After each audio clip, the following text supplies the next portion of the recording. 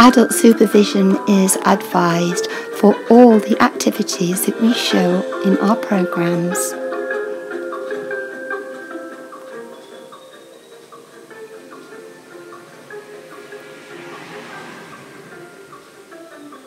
Hello everyone and welcome to today's Sunday challenge.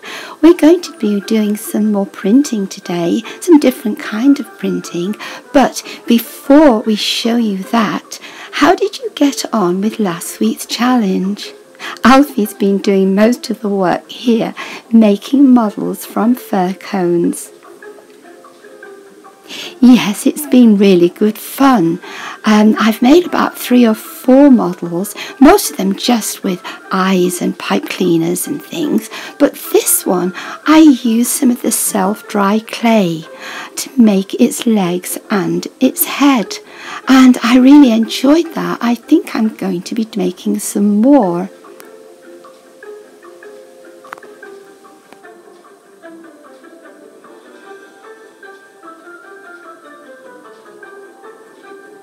Maisie and I have been experimenting with a different kind of printing on fabric, and we were too poorly to go out and buy any special fabric dyes, and we'd run out here, so we thought we'd experiment with food colouring instead, and it worked really well. We got some lovely results from it. We tried printing on cotton, and we had a few scraps of silk and also on a chiffon scarf, and we predicted that the results would be better on the silk and we get much stronger colours. Our first experiment was on a piece of cotton that we just cut from a really old pillow slip, and we stretched it over a bowl. It would have been much easier if we'd actually secured it with sellotape, and then we got a cotton bud and dipped it in blue ink, and we just played around really to see what the effect would be.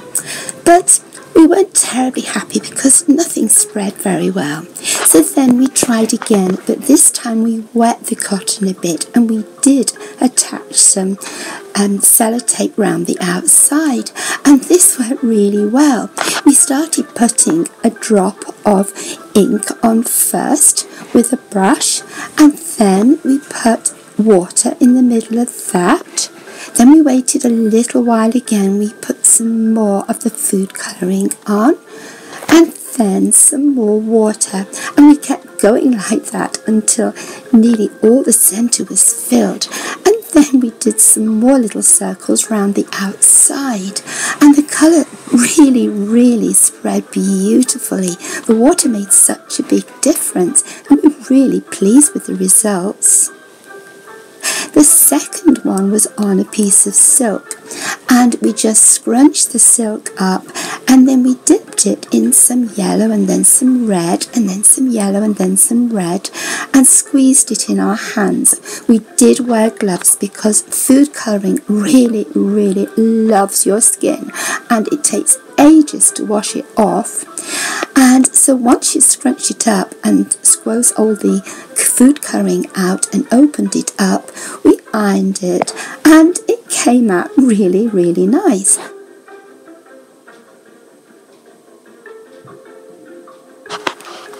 The third kind of fabric printing we tried was tie-dye.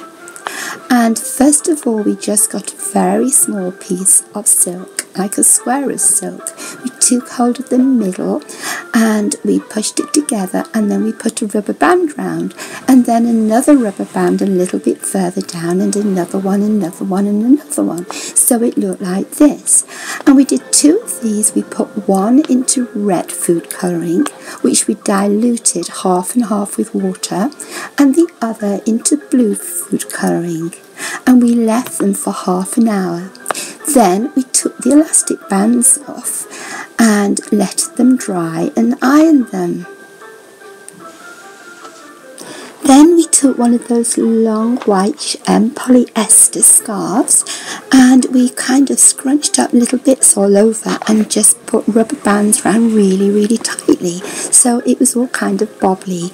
Then we put that into food colouring and left it for half an hour. Then we took it out, cut off the elastic bands, rinsed it and dried it. The polyester didn't need any ironing, which was quite good. And we got a lovely kind of random pattern all over. Really pleased. You can tie your fabric in lots of different ways when you're doing tie-dye. So if you're going to do it, just try and see if you can make some different patterns from the ones that we did. And you can also put things like conkers or marbles in the fabric first and then secure with elastic bands, and you get really lovely patterns. So it's great fun experimenting. We were right with our predictions because the colours were much stronger on the silk than on the polyester, but the cotton was fairly strong too, but it hasn't got quite the same nice sort of sheen about it. We made the little bits of silk into dresses for these spoon people. It's fun making people out of wooden spoons because you can dress them and put some wool hair on, and then you can make plays with them, and fun getting them to talk to each other. So that's the end really of our printing project for now, because next week we're going to be starting on Halloween things. But before we do that, we need a challenge. Yes, I think I've got one, Georgie, because it's really strange. Look, I've just brought in these fir cones from outside and they've all closed up. They're just so different from the ones that have been kept inside, and I don't really understand why. No, that is strange, you're right. Look, they're closed up, they've been outside, but these are all still open. But it is wet outside. Well, maybe that's it. Perhaps they close up if the weather is going to be wet. We need to try and find out why they do that, if that's the case, because you could then make a really good weather station using fir cones to tell you what the weather was going to be like. I think that's a really good idea, Alfie. And let's have that as our challenge next week, because it'll be really fun to do. So, I hope you've all enjoyed watching the programme today, and that you'll have a go at what we've been showing you, and then come back next week when we're starting our Halloween things. We're going to be making all sorts of lovely things. We've already made a clock, and we've made some little ghouls and witches which have got lollies inside, and we've also made this rather cool lamp which, yes, it does light up. So that's all from me, Georgie, and from Alfie and everyone at Jumble House for this week.